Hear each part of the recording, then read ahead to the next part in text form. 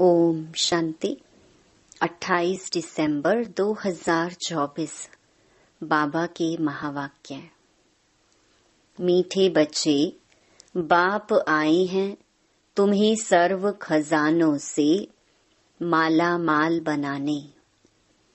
तुम सिर्फ ईश्वरीय मत पर चलो, अच्छी रीति पुरुषार्थ कर वर्षा लो, माया से हार नहीं खाओ।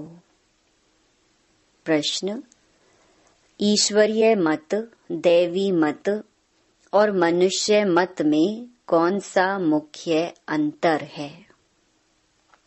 उत्तर: ईश्वरीय मत से तुम बच्चे वापस अपने घर जाते हो, फिर नई दुनिया में ऊंच पद पाते हो। दैवी मत से तुम सदा सुखी रहते हो, क्योंकि वह भी बाप द्वारा इस समय की मिली हुई मत है। लेकिन फिर भी उतरते तो नीचे ही हो। मनुष्य मत दुखी बनाती है। ईश्वरीय मत पर चलने के लिए पहले पहले पढ़ाने वाले बाप पर पूरा निश्चय चाहिए। ओम शांति। बाप ने अर्थ तो समझाया है, मैं आत्मा शांत स्वरूप हूँ। जब ओम शांति कहा जाता है तो आत्मा को अपना घर याद आता है। मैं आत्मा शांत स्वरूप हूँ। फिर जब ऑर्गन्स मिलते हैं तब टॉकी बनती है। पहले छोटे ऑर्गन्स होते हैं, फिर बड़े होते हैं। अब परम पिता परमात्मा तो है निराकार, उनको भी रथ चाहिए टॉकी बनने के लिए। जैसे तुम आत्माएं परम धाम की रहने वाली हो, यहाँ आकर टॉकी बनती हो। बाप भी कहते हैं, मैं तुमको नॉलेज देने के लिए टॉकी बना हूँ। बाप अपना और रचना के आदि मध्य अंत का परिचय देते हैं। यह है रूहानी पढ़ाई। वह होती है जिस्मानी पढ़ाई। वह अपने को शरीर समझते हैं। ऐसे कोई नहीं कहेंगे कि हम आत्मा इन कानों द्वारा सुनती है। अभी तुम बच्चे समझते हो, बाप है पतित पावन, वही आकर समझाते हैं मैं कैसे आता हूँ। तुम्हारे मिसल मैं गर्भ में नहीं आता हूँ, मैं इनमें प्रवेश करता हूँ, फिर कोई प्रश्न ही नहीं उठता। यह रथ है, इनको माता भी कहा जाता है। सबसे बड़ी नदी ब्रह्मपुत्रा है, तो यह है सबसे बड़ी नदी। पानी की तो बात नहीं, यह है महानदी, अर्थात सबसे बड़ी ज्ञान नदी है। तो बाप आत्माओं को समझाते हैं, मैं तुम्हारा बाप हूँ। जैसे तुम बात करते हो, मैं भी बात करता हूँ। मेरा पार्ट तो सबसे पिछाड़ी का है। जब तुम बिल्कुल पतित बन जाते हो, तब तुमको पावन बनाने के लिए आना होता है। इन लक्ष्मी नारायण को ऐसा बनाने वाला कौन? सिवाय ईश्वर के और कोई के लिए कह नहीं सकेंगे। बेहद का बाप ही स्वर्ग का मालिक बनाते होंगे ना। बाप ही ज्ञान का सागर है। वही कहते हैं, मैं इस मनुष्य सृष्टि का चैतन्य बीज हूँ। मैं आदि मध्य अंत को जानता हूँ। मैं सत्य हूँ। मैं चैतन्य बीज रूप हूँ। इस सृष्टि रूपी झाड़ की मेरे में नॉलेज है। इसको सृष्टि चक्र अथवा ड्रामा कहा जाता है। यह फिरता ही रहता है। वह हद का ड्रामा 2 घंटे चलता है। इसकी रील 5000 वर्ष की है। जो जो टाइम पास होता जाता है 5000 वर्ष से कम होता जाता है। तुम जानते हो पहले हम देवी देवता थे, फिर आहिस्ते आहिस्ते हम क्षत्रिय कुल में आ गए। यह सारा राज बुद्धि में है ना, तो यह सिमरण करते रहना चाहिए। हम शुरू में पाठ बजाने आए तो हम सो देवी देवता थे। 1250 वर्ष राज्य किया, टाइम तो गुजरता जाता है ना। लाखों वर्ष की तो बात ही नहीं, लाखों वर्ष का तो कोई चिंतन कर भी ना सके। तुम बच्चे समझते हो हम यह देवी देवता थे, फिर पाठ बजाते वर्ष पिछाड़ी वर्ष पास करते करते अभी कितने वर्ष पास कर चुके हैं। धीरे धीरे सुख कम होता जाता है। हर एक चीज सतो प्रधान, सतो रजो तमो होती है, पुरानी जरूर होती है। यह फिर है बेहद की बात। यह सब बातें अच्छी रीति बुद्धि में धारण कर फिर औरों को समझाना है। सब तो एक जैसे नहीं होते, जरूर भिन्न भिन्न रीति समझाते होंगे। चक्कर समझाना सबसे सहज है। ड्रामा और झाड़ दोनों मुख्य चित्र हैं। कल्प वृक्ष नाम है ना। कल्प की आयु कितने वर्ष की है यह कोई भी नहीं जानते। मनुष्यों की अनेक मत हैं, कोई क्या कहेंगे कोई क्या कहेंगे। अभी तुमने अनेक मनुष्य मत को भी समझा है और एक ईश्वरीय मत को भी समझा है। कितना फर्क है। ईश्वरीय मत से तुमको फिर से नई दुनिया में जाना पड़े और कोई की भी मत से, दैवी मत व मनुष्य मत से वापस नहीं जा सकते। दैवी मत से तुम उतरते ही हो क्योंकि कला कम होती जाती है। आसुरी मत से भी उतरते हो, परंतु दैवी मत में सुख है, आसुरी मत में दुख है। दैवी मत भी इस समय बाप की दी हुई है, इसीलिए तुम सुखी रहते हो। बेहद का बाप कितना दूर दूर से आते हैं। मनुष्य कमाने के लिए बाहर जाते हैं, जब बहुत धन इकट्ठा होता है तो फिर आते हैं। बाप भी कहते हैं मैं तुम बच्चों के लिए बहुत खजाना ले आता हूँ, क्योंकि जानता हूँ तुमको बहुत माल दिए थे, वह सब तुमने गंवा दिया है। तुमसे ही बात करता हूँ जिन्होंने प्रैक्टिकल में गंवाया है। 5000 वर्ष की बात तुमको याद है ना। कहते हैं हाँ बाबा, 5000 वर्ष पहले आपसे मिले थे, आपने वर्षा दिया था। अब तुमको स्मृति आई है बरोबर बेहद के बाप से बेहद का वर्षा लिया था। बाबा आपसे नई दुनिया की राजाई का वर्षा लिया था। अच्छा फिर पुरुषार्थ करो। ऐसे नहीं कहो बाबा माया के भूत ने हमको हरा दिया। देह अभिमान के बाद ही तुम माया से हारते हो। लोभ किया, रिश्वत खाई, लाचारी की बात और है। बाबा जानते हैं लोभ के सिवाय पेट पूजा नहीं होगी। हर्जा नहीं, भल खाओ परंतु कहाँ फंस नहीं मरना, फिर तुमको ही दुख होगा। पैसा मिलेगा खुश हो खाएंगे, कहाँ पुलिस ने पकड़ लिया तो जेल में जाना पड़ेगा। ऐसा काम नहीं करो, उसका फिर रिस्पॉन्सिबल मैं नहीं हूँ। पाप करते हैं तो जेल में जाते हैं, वहाँ तो जेल आदि होता नहीं।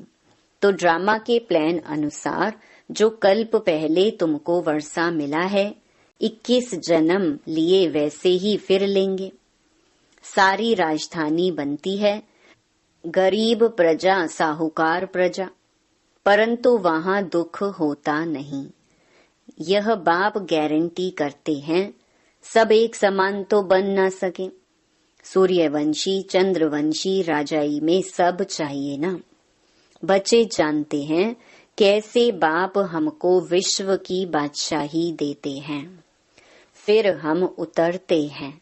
स्मृति में आया ना। स्कूल में पढ़ाई स्मृति में रहती है ना। यहाँ भी बाप स्मृति दिलाते हैं। यह रूहानी पढ़ाई दुनिया भर में और कोई पढ़ा न सके। गीता में भी लिखा हुआ है, मन मना भव। इसको महामंत्र, वशीकरण मंत्र कहते हैं, अर्थात माया पर जीत पाने का मंत्र। माया जीते जगत जीत। माया 5 विकार को कहा जाता है। रावण का चित्र बिल्कुल क्लियर है। 5 विकार स्त्री में, 5 विकार पुरुष में। इनसे गधा अर्थात टट्टू बन जाते हैं, इसलिए ऊपर में गधे का शीश देते हैं। अभी तुम समझते हो, ज्ञान बिगर हम भी ऐसे थे। बाप कितना रमणीक रीति बैठ पढ़ाते हैं। वह है सुप्रीम टीचर। उनसे जो हम पढ़ते हैं वह फिर औरों को सुनाते हैं। पहले तो पढ़ाने वाले में निश्चय कराना चाहिए। बोलो, बाप ने हमको यह समझाया है, अब मानो ना मानो। यह बेहद का बाप तो है ना। श्रीमत ही श्रेष्ठ बनाती है, तो श्रेष्ठ नई दुनिया भी जरूर चाहिए ना। अभी तुम समझते हो, हम किचड़े की दुनिया में बैठे हैं, दूसरा कोई समझ न सके। वहां हम बहिष्ठ स्वर्ग में सदा सुखी रहते हैं। यहाँ नरक में कितने दुखी हैं। इसको नरक कहो व विषय वैतरणी नदी कहो, पुरानी दुनिया छीछी है। अभी तुम फील करते हो, कहाँ सतयुग स्वर्ग, कहाँ कलयुग नरक। स्वर्ग को कहा जाता है वंडर ऑफ वर्ल्ड। त्रेता को भी नहीं कहेंगे। यहाँ इस गंदी दुनिया में रहने में मनुष्यों को कितनी खुशी होती है। विष्टा के कीड़े को भ्रमरी भूं भूं कर आप समान बनाती है। तुम भी किचड़े में पड़े हुए थे। मैंने आकर भूं भूं कर तुमको कीड़े से अर्थात शूद्र से ब्राह्मण बनाया है। अभी तुम डबल सिरताज बनते हो, तो कितनी खुशी रहनी चाहिए। पुरुषार्थ भी पूरा करना चाहिए। बेहद का बाप समझानी तो बहुत सहज देते हैं, दिल से लगता भी है। बाबा सच सच कहते हैं। इस समय सभी माया की दुबन में फंसे हुए हैं। बाहर का शो कितना है। बाबा समझाते हैं, हम तुमको दुबन से आकर बचाते हैं, स्वर्ग में ले जाते हैं। स्वर्ग का नाम सुना हुआ है, अभी स्वर्ग तो है नहीं, सिर्फ यह चित्र है। यह स्वर्ग के मालिक कितने धनवान थे। भक्ति मार्ग में भल रोज मंदिरों में जाते थे, परंतु यह ज्ञान कुछ नहीं था। अभी तुम समझते हो, भारत में यह आदि सनातन देवी देवता धर्म था। इन्हों का राज्य कब था, यह किसको पता नहीं है। देवी देवता धर्म के बदले अब फिर हिंदू हिंदू कहते रहते हैं। शुरू में हिंदू महासभा का प्रेसिडेंट आया था, बोला हम विकारी असुर हैं, अपने को देवता कैसे कहलाएं। हमने कहा अच्छा आओ तो तुमको समझाएं। देवी देवता धर्म की स्थापना फिर से हो रही है। हम तुमको स्वर्ग का मालिक बना देंगे, बैठकर सीखो। बोला दादाजी फुर्सत कहाँ। फुर्सत नहीं तो फिर देवता कैसे बनेंगे। यह पढ़ाई है ना। बेचारे की तकदीर में नहीं था, मर गया। ऐसे भी नहीं कहेंगे कि वह कोई प्रजा में आएगा, नहीं, ऐसे ही चला आया था। सुना था यहाँ पवित्रता का ज्ञान मिलता है, परंतु सतयुग में तो आ न सके, फिर भी हिंदू धर्म में ही आएंगे। तुम बच्चे समझते हो, माया बड़ी प्रबल है, कोई न कोई भूल कराती रहती है। कभी कोई उल्टा सुल्टा पाप हो तो बाप को सच्ची दिल से सुनाना है। रावण की दुनिया में पाप तो होते ही रहते हैं। कहते हैं हम जन्म जन्मांतर के पापी हैं। यह किसने कहा? आत्मा कहती है बाप के आगे या देवताओं के आगे। अभी तो तुम फील करते हो बरोबर हम जन्म जन्मांतर के पापी थे। रावण राज्य में पाप जरूर किए हैं। अनेक जन्मों के पाप तो वर्णन नहीं कर सकते हो, इस जन्म का वर्णन कर सकते हैं। वह सुनाने से भी हल्का हो जाएगा। सर्जन के आगे बीमारी सुनानी है, फलाने को मारा, चोरी की, इस सुनाने में लज्जा नहीं आती है। विकार की बात सुनाने में लज्जा आती है। सर्जन से लज्जा करेंगे तो बीमारी छूटेगी कैसे? फिर अंदर दिल को खाती रहेगी। बाप को याद कर नहीं सकेंगे। सच सुनाएंगे तो याद कर सकेंगे। बाप कहते हैं मैं सर्जन तुम्हारी कितनी दवाई करता हूँ। तुम्हारी काया सदैव कंचन रहेगी। सर्जन को बताने से हल्का हो जाता है। कोई कोई आपे ही लिख देते हैं, बाबा हमने जन्म जन्मांतर पाप किए हैं। पाप आत्माओं की दुनिया में पाप आत्मा ही बने हैं। अब बाप कहते हैं बच्चे तुम्हें पाप आत्माओं से लेन देन नहीं करनी है। सच्चा सतगुरु अकाल मूरत है बाप। वह कभी पुनर्जन्म में नहीं आते हैं। उन्होंने अकाल तख्त नाम रखा है परंतु अर्थ नहीं समझते हैं। बाप ने समझाया है आत्मा का यह तख्त है, शोभता भी यहाँ है, तिलक भी यहाँ भ्रकुटी में देते हैं ना।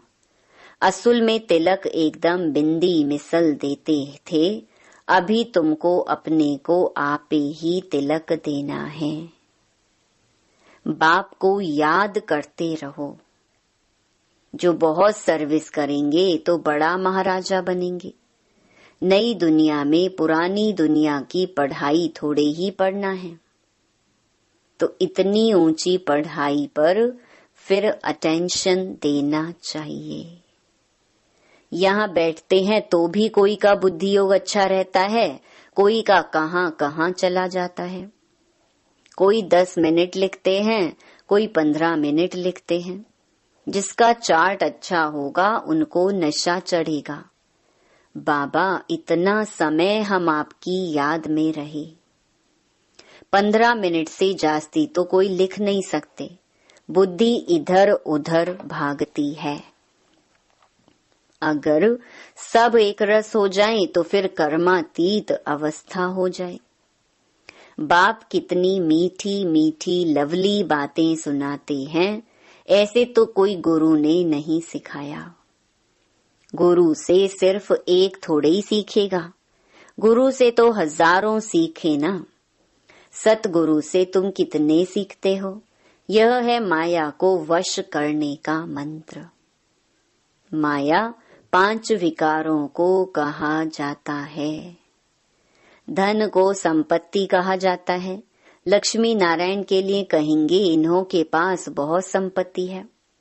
लक्ष्मी नारायण को कभी मात पिता नहीं कहेंगे। आदि देव आदि देवी को जगत पिता जगत अम्बा कहते हैं, इनको नहीं। यह स्वर्ग के मालिक हैं। अविनाशी ज्ञान धन लेकर हम इतने धनवान बने हैं। अम्बा के पास अनेक आशाएं लेकर जाते हैं, लक्ष्मी के पास सिर्फ धन के लिए जाते हैं और कुछ नहीं। तो बड़ी कौन हुई? यह किसको पता नहीं। अम्बा से क्या मिलता है, लक्ष्मी से क्या मिलता है। लक्ष्मी से सिर्फ धन मांगते हैं, अम्बा से तुमको सब कुछ मिलता है। अम्बा का नाम जास्ती है क्योंकि माताओं को दुख भी बहुत सहन करना पड़ा है, तो माताओं का नाम जास्ती होता है। अच्छा फिर भी बाप कहते हैं बाप को याद करो तो पावन बन जाएंगे। चक्कर को याद करो, दैवी गुण धारण करो, बहुतों को आप समान बनाओ। गॉड फादर के तुम स्टूडेंट हो, कल्प पहले भी बने थे, फिर अब भी वही एम ऑब्जेक्ट है। यह है सत्य नर से नारायण बनने की कथा। अच्छा, मीठे मीठे सिकिलधे बच्चों प्रति माता पिता बाप दादा का याद प्यार और गुड मॉर्निंग। रूहानी बाप की रूहानी बच्चों को नमस्ते। धारणा के लिए मुख्य सार। पहला, अपनी बीमारी सर्जन से कभी भी छिपानी नहीं है। माया के भूतों से स्वयं को बचाना है।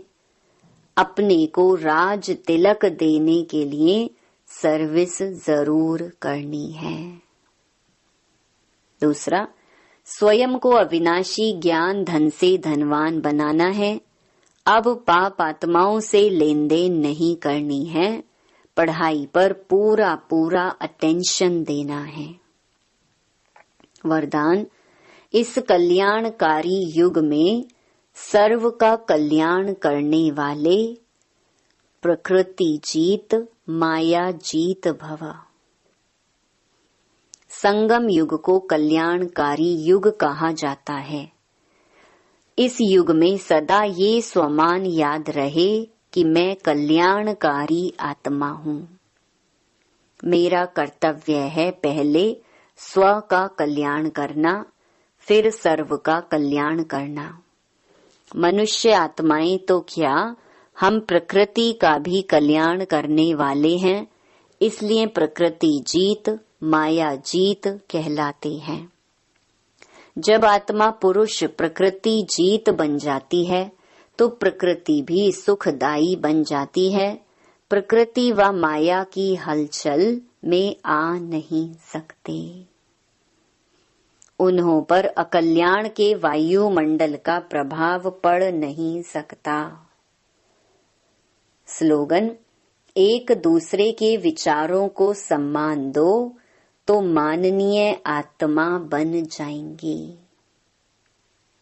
ओम शांति।